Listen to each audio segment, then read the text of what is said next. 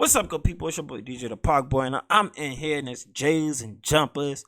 We're going to discuss Peyton Manning's comments on Monday Night Football about Bill Belichick and the Patriots.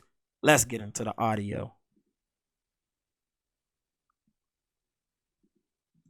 I mean, I felt like the Packers were listening to Eli, you and our conversation on Friday about we got to come out and run the ball. I think our conversation was bugged, kind of like the Patriots used to do back in the day. Did y'all? Hey, I remember we played the Patriots in that second Super Bowl in Indianapolis, and they practiced at your facility all week. Were you a little nervous going back in your facility the next year that they didn't have like cameras in your quarterback room?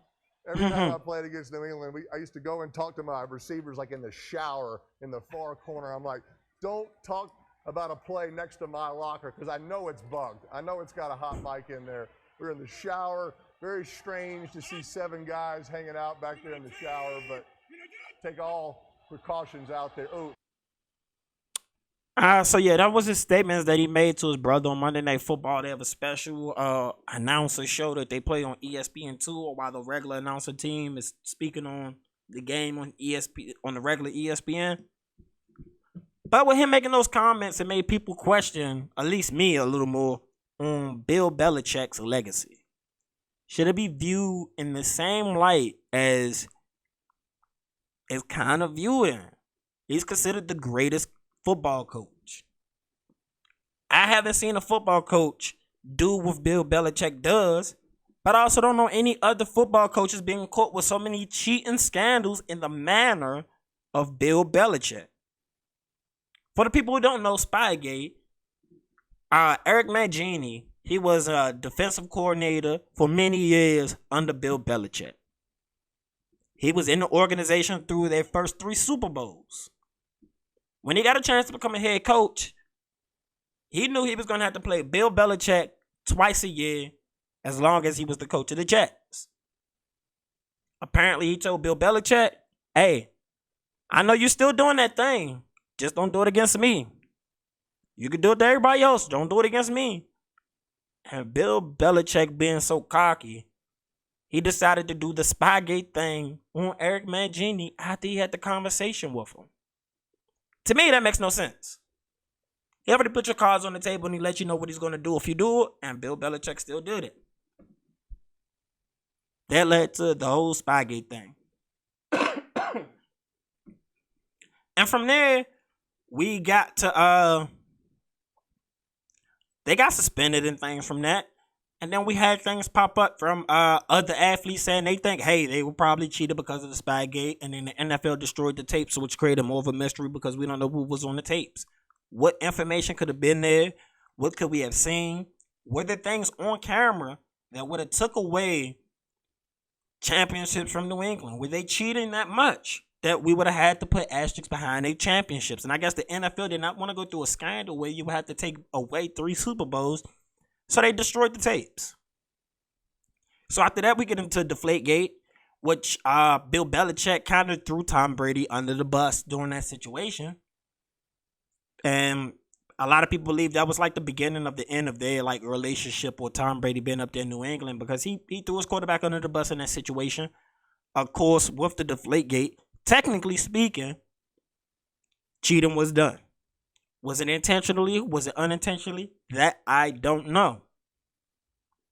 They were fine. They did lose draft picks, but that didn't stop the train. You know what I'm saying?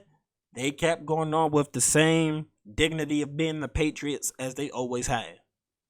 Then they get caught in Cincinnati. They were filming signals up in Cincinnati, and when that guy gets caught while he's wearing Patriots gear, he tells the security guard, hey, I could just delete this and everything would just go away. And you're like, nah, that's evidence. Like, you got caught cheating. Again, nobody went to Bill Belichick and said, hey, maybe this should really stain your legacy. I feel like after that, maybe he should have been suspended. The NFL should have said, hey, maybe a year, you need to be away from the game or something. Like, there should have been some type of penalty, because it has been, throughout the history of your time there, consistency when it comes to cheating.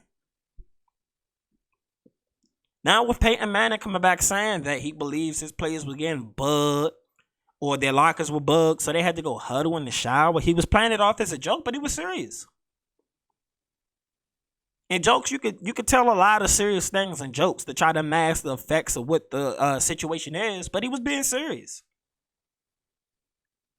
How can I view the Patriots after all of these things? Like, they've been the most dominant franchise I've ever seen in football. Football's a really hard sport to be as dominant as they've been. I'm kind of happy for Tom Brady because I look at Tom Brady as the GOAT quarterback. I look at him as the greatest football player I've ever seen. He wins that much. He puts up numbers. He galvanizes his teams. Him going to Tampa Bay and winning one without Belichick puts Tom Brady in a much higher light to me than Belichick. Because, again, Belichick's getting caught with the cheating things. I mean, and Peyton Manning took a lot of hits early on in his career. I remember those hits. They were wondering, would he ever get over the hump? Every time he saw these guys in the playoffs, they put him out early on. Could it be because they were still cheating? Could it be that Peyton always made that one mistake that wasn't necessary to a play he needed to make, because it just seemed like the Patriots were always jumping and making a pick or knowing what something was going to happen? Could it be because they were cheating that whole time? Possibly. And it sucks that this asterisk has to be over the air when it comes to discussions of football, but you have to mention this as well. Bill Belichick has been caught cheating. And now I'm questioning his legacy. He's still going to be ranked pretty high when it comes to coaches, but can I say he's the greatest coach now? It's tough. It's tough. I mean, I've been had that thought in my mind, but Peyton Manning really brought it back around for me. And I really view Bill Belichick and say, hey, he's that guy. It's tough. It's really tough. But it's your boy DJ, the Pac Boy. This has been Jays and Jumpers.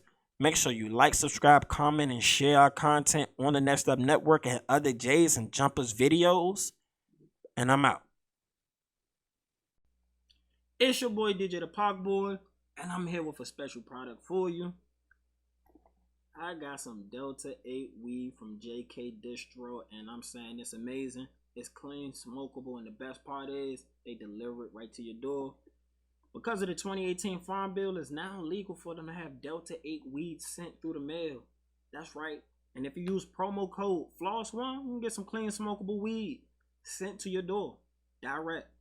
You have options. You go right there to jkdistro.com. You look at all the strands they have, which is a lot. You can even get you some edibles. You can get you some wine. Anything in between you can think of. You put in promo code FLOSS1, you're going to save you 20%. So go ahead, hop on that now. Make sure it's in the description.